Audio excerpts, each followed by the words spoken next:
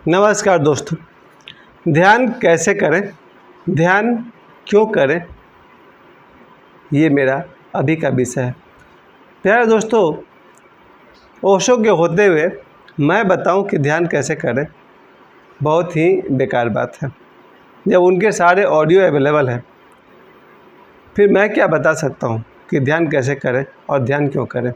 फिर भी कुछ लोग हैं जो ओशो को तो नहीं सुनते हैं पर मुझे सुनते हैं।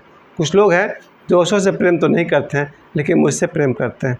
उन सभी से मैं कहना चाहता हूं, अपने इस 50 साल की उम्र में जितना पतन मैंने देखा वो मेरे मन की बेहोशी की वजह से था। और जीवन में जो कुछ भी आज सुख है, आनंद है, धन है, नाम है, जो कुछ भी हमारे जीवन में पॉजिटिव है, वो ध्यान की देन है, मेडिटेशन की देन है। प्यारे दोस्तों, ध्यान क्या है और ध्यान क्यों करें? बहुत ही छोटी सी बात है।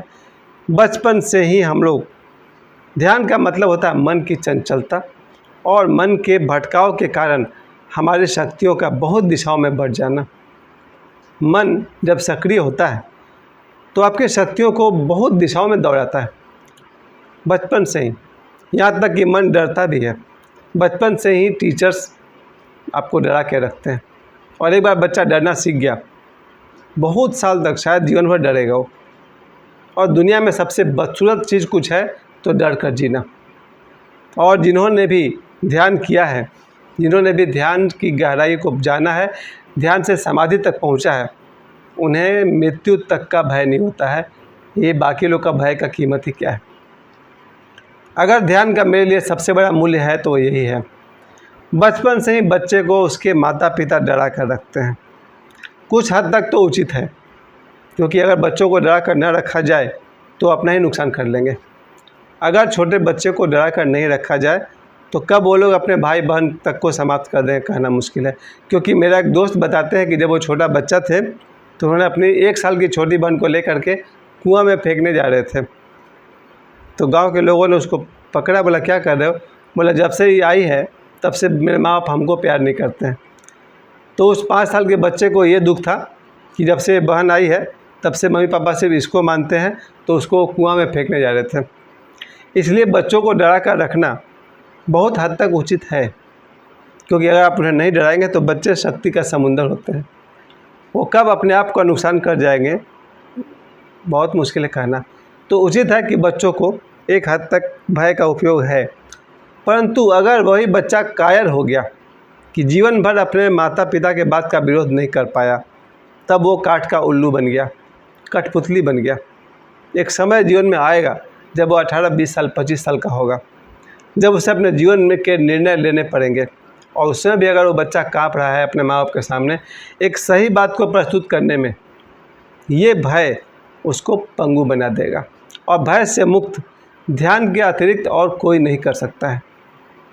एक समय था जब किसी का फ़ोन आता था मेरे मोबाइल पर, तो मेरे पेट में, मेरे नाभि सेंटर पर कंपन होती थी कि यार ये किसका फ़ोन आ गया। क्यों? मेडिटेशन कमज़ोर था, ध्यान पर ध्यान नहीं था। ध्यान जब कमज़ोर होता है तो कोई फ़ोन भी करता है ना, तो एक बार डर लगता है किसका फ़ोन है। और अगर किसी परिचित का फ़ोन आ जाए, किसी बॉस का फ़ोन आ जाए, किसी और ताकतवर आदमी का फ़ोन आ जाए, तब तो रिसीव करने में भी डर लगता था। प्यारे दोस्तों, ध्यान, जो व्यक्ति सुबह उठ करके, मेरे हिसाब से जो मेरा टेक्निक है, सुबह उठ करके ब्रह्म मुहूर्त में उठ करके 4:25 के आसपास में अगर स्नान करके पवित्र साफ़ सुथरे कपड़े पहनकर वो 1 घंटा आँख मूंद कर सिर्फ बैठ जाए, जिसको कहा है ओशो ने नॉन डूइंग स्टेट, कुछ भी नहीं करे, बस आँख मूंद कर बैठ जाए। अगर भगवान कृष्ण की बात सुनेंगे तब तो ये है कि अपने तीसरी आँख की तरफ वो देखें। भगवान बुद्ध के हिसाब से चलेंगे तो अपने आती जाती श्वास को देखें। पर तीसरा जो ओशो ने ध्यान सिखाया था उसका नाम था झा झेन, जस्ट सिटिंग। ओशो कहते हैं बस बैठ जाओ, आंख बंद कर लो और बैठ जाओ, यही ध्यान है। और मैं भी कहना चाहता हूँ कि अगर आप बैठ करके आंख मूंद कर तीसरे नेत्र को देखते हैं तो भी आपका ध्यान सध जाएगा। अगर आप बैठ करके आंख मूंद करके अपनी श्वास को आते आते देखेंगे तो भी ध्यान सध जाएगा। और चुपचाप बैठ जाएंगे आंख मूंद करके, वेटिंग फॉर नथिंग, कुछ का भी इंतज़ार नहीं कर रहे, बस बैठे हुए हैं, वो ध्यान है। इस ध्यान से निकलने के बाद 1 घंटे के बाद आप देखेंगे धीरे धीरे आपके जीवन में जो बदलाव आना शुरू होगा। उसमें पहला बदलाव कि बिना मतलब का भय समाप्त हो जाएगा। कोबरा से डर लगेगा, बुल से डर लगेगा, शेर से भी डर लगेगा, लेकिन जो अन्यथा जो बेकार का भय था वो समाप्त हो जाएगा। क्यों? भय उसे लगता है जो गलत काम करता है। अगर मैं किसी के यहाँ जाकर गलत काम कर दूँ और उसके घर से फ़ोन आ जाए तो डर होगा कि अगर मैंने ऐसा कुछ कर दिया है, अब वो आदमी फ़ोन कर रहा है, कुछ तो गड़बड़ होगा। भय उत्पन्न होता है गलती करने से, और ध्यान हमें गलत करने से रोकता है, बार बार वार्न करता है कि ये काम करने लायक नहीं है। जब हम लोग ध्यान करेंगे आपके भीतर से बार बार एक आवाज़ आएगी, डोंट डू इट, अगर वो गलत बात है तो। उसके बाद भी आप वही काम करते हैं तो और समय लगेगा। तो ध्यान ही है जो आपको भय से मुक्त करता है।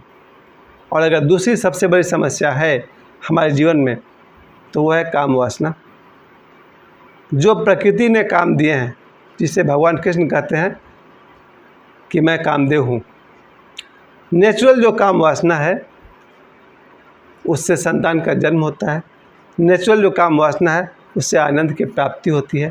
प्राकृतिक जो काम वासना है उससे फूल सुंदर होते हैं, बच्चे सुंदर दिखते हैं, स्त्रियां सुंदर दिखती है, सुंदर सुंदर काव्य रचे जाते हैं, और बहुत सारे क्रिएटिव काम भी काम वासना से ही निकलते हैं। लेकिन जब वही काम वासना परवर्टेड हो जाता है, विकृत हो जाता है, कुरूप हो जाता है, तो हमारे जीवन में घाव बन जाता है। काम वासना, हमारे मन का काम वासना अगर कुरूप हो जाए तो ऐसी ऐसी घिनौनी हरकत करवाएगा, गलत से गलत काम करवाएगा कि अपने आप पर शर्म आएगी। और अगर आप नहीं कर पाए, बहुत कमज़ोर आदमी हैं, आप किसी स्त्री का बलात्कार नहीं कर पा रहे, किसी लड़की से कोई भी क्या कहा जाए खराब व्यवहार नहीं कर पा रहे हैं, तो मन में उसके गंदे विचार चलेंगे। और जब मन में गंदे विचार चलेंगे तो हमारा चेहरा कुरूप हो जाएगा, क्योंकि मुझे लगेगा कि मैं क्या सोच रहा हूँ। या काम आतुर होकर अगर कोई गलती कर बैठे तो पछतावा बना रहता है कि मैंने क्या कर दिया। अगर काम वासना की विकृति से, कुरूपता से मुक्त होना है तो केवल ध्यान आपके काम आएगा। जो व्यक्ति ध्यान करता है वो धीरे धीरे वो साक्षी भाव उसके अंदर जगता है, वो मन को देखना शुरू कर देता है। और जो व्यक्ति मन को देखना शुरू कर देगा वो आज नहीं तो कल, नहीं तो 10 साल बाद, 100 साल बाद इस मन की चालबाजी को पकड़ लेगा। वो समझ जाएगा क्या करना चाहिए, क्या नहीं करना चाहिए। अगर मैं पिछले कुछ महीने, साल की बात करूं तो मुझे याद आता है कि बचपन से लेकर के कई वर्षों तक मन के जिस कुरूपता में मैंने जिया है, मन के जितना बदसूरत अवस्था को मैंने जाना है, उससे कोई बाहर निकाला है तो ध्यान, मेडिटेशन। मेडिटेशन में हम आंखें बंद करके अपने मन को देखना सीखते हैं। और सो कहते हैं मन में जो भी भाव उठते हैं, अच्छे बुरे, बस देखो। उनमें से जो गलत है वो अपने आप खत्म हो जाएगा, जो शुभ है और प्रगाढ़ होगा। जैसे भक्ति, माता पिता की सेवा, पत्नी से प्रेम, बच्चों से स्नेह, ये सब में वृद्धि होगी अगर हम ध्यान सम्यक रूप से कर सकें। इसलिए महावीर भगवान कहते हैं सम्यक ध्यान, राइट मेडिटेशन। जैसे जैसे हमारा ध्यान गहरा होगा, जीवन में जो भी सही है, शुभ है, वो और डीप होगा, गहरा होगा, और जो भी कुरूप है वो डिसअपियर हो जाएगा। जब हम सुबह 1 घंटा ध्यान करेंगे, आप पाएंगे आपके मन की कुरूपता धीरे धीरे गुड बाय कर रही है, और आपके मन के जो शुभ विचार हैं, जैसे माता पिता की सेवा, आचार्य की सेवा, गुरु की सेवा, धार्मिक ग्रंथों का सम्मान, सिद्धों का सम्मान, वो बढ़ेगा। तो ये है ध्यान का दूसरा तरीका। और फिर वही बात आती है ध्यान करें कैसे। एक तो सीधी सी बात है कि सुबह हम जब सो कर उठे तो ध्यान करें, और दूसरी बात कि रात को सोने से पहले।